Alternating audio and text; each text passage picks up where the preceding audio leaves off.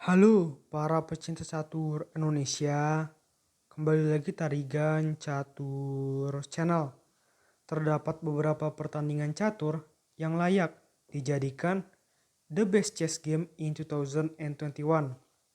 Termasuk salah satunya adalah permainan catur di turnamen 36 European Club Cup 2021 yang melibatkan pertarungan antara Grandmaster David Navara menghadapi Grandmaster Vladimir Fedoshev. Langsung saja ya kita masuk ke permainan. Di sini Grandmaster David Navara yang menggunakan catur buah putih memulai permainan dengan pion E4 dan dibalas pion C6 oleh Grandmaster Vladimir Fedoshev. Jelas ini adalah pembukaan pertahanan Caro-Kann. Pion D4 dan pion D5. Menolak ajakan pertukaran pion, Grandmaster David Navara memilih pion E5 yang merupakan variasi maju atau advance variation di dalam pembukaan pertahanan Caro-Kann. Gajah F5 dan kuda F3.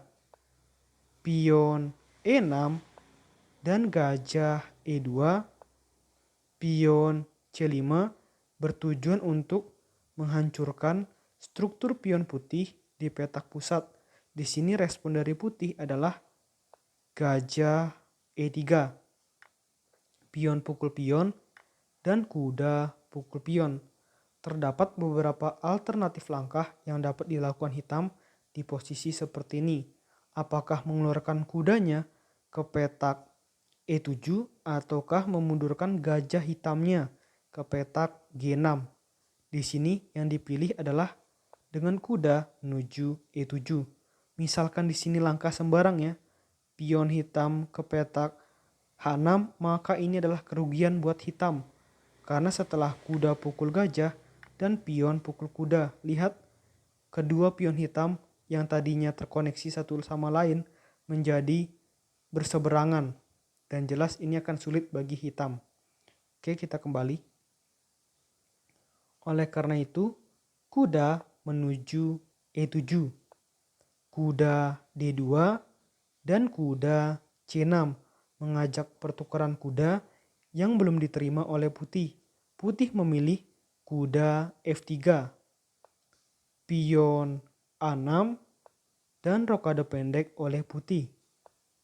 Gajah E4 dan benteng C1, benteng C8, dan pion C4 mengajak pertukaran pion oleh putih yang diterima oleh hitam.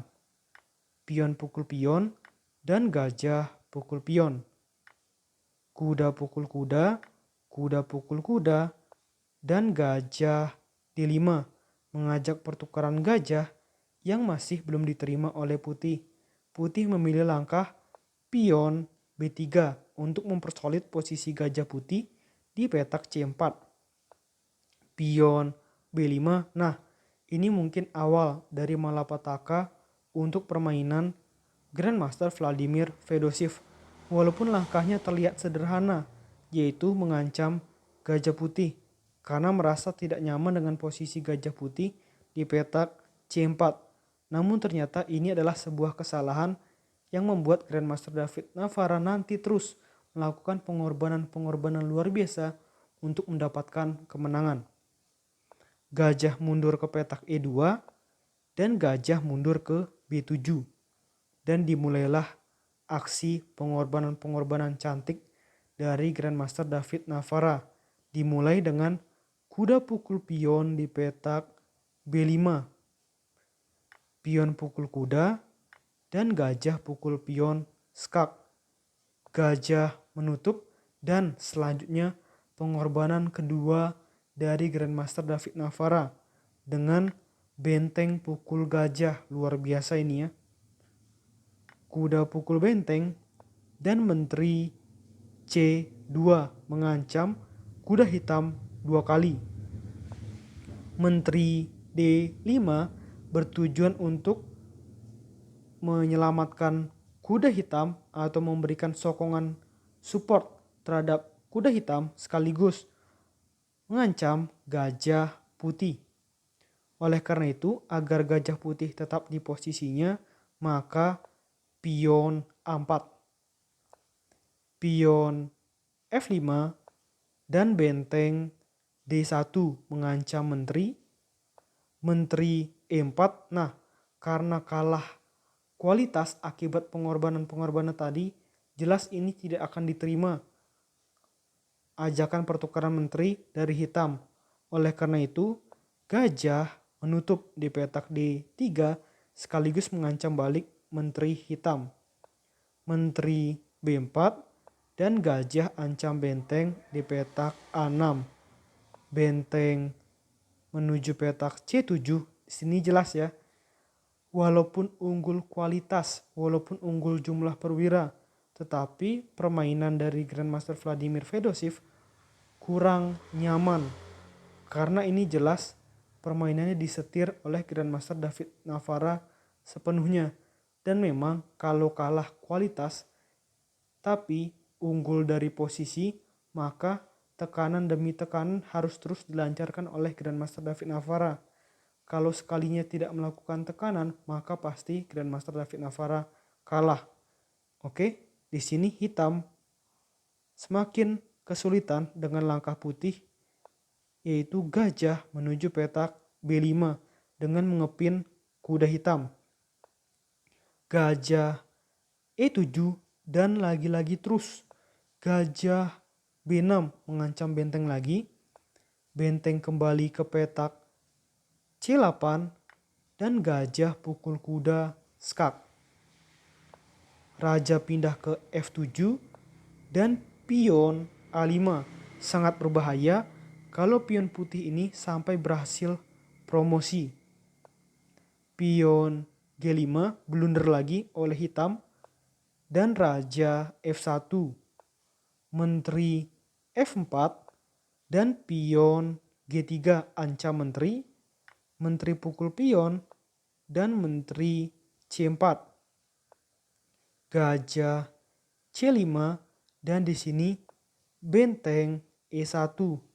Setelah menteri pindah ke petak D6, maka langkah pengorbanan selanjutnya dari putih.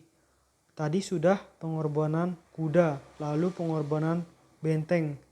Kali ini pengorbanan benteng lagi dengan benteng pukul pion di petak E6. Luar biasa ya, kombinasi-kombinasi langkah dari Grandmaster David Navara. Di sini yang dilakukan oleh hitam adalah dengan menteri pindah ke petak D4. Nah, kita kembali. Apa jadinya jika menteri pukul benteng?